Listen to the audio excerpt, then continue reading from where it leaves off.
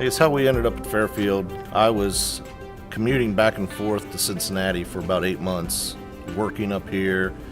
Tina and our oldest daughter, Kendra, were still in Cincinnati. Kendra was still undergoing chemotherapy treatment from cancer that she had as a child.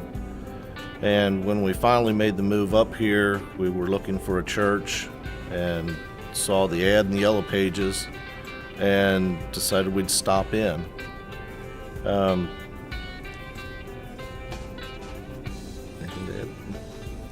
The first Sunday we came, we filled out a communication card, and one of the pastors who was teaching a Sunday school class lived not far from us and stopped by our house and said, "Hey, glad to see you, nice to meet you, why don't you come join our ABF class?"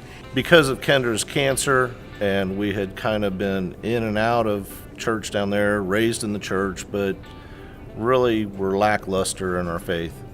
When we moved up here, everything we'd been through and God had brought us through it and let us keep our little girl. And she's getting married very soon. But God was so good to us, we just decided that it was time to stop playing church. And Fairfield really gave us that opportunity to get involved with ministry, with the youth department, and other ministries, Bible Bowl and others, to where we could get plugged in, use our gifts, and prosper. When we came, we hadn't really been doing a whole lot as far as ministry in the church. It was a kind of a Sunday only thing.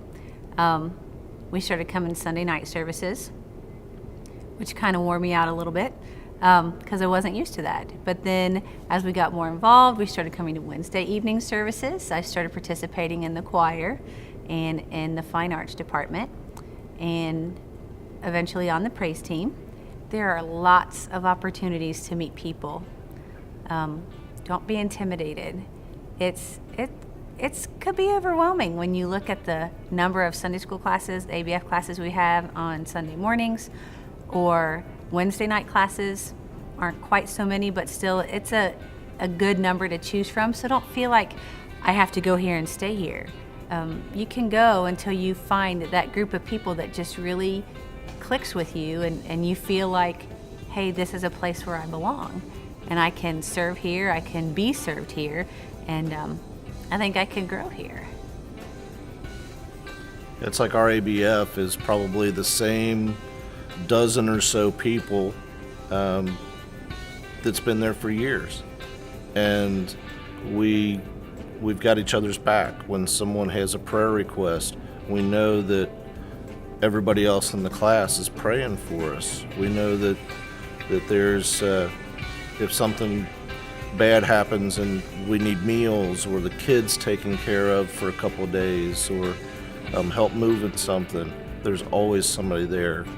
And it really functions as a small family within this larger family of the church as a whole.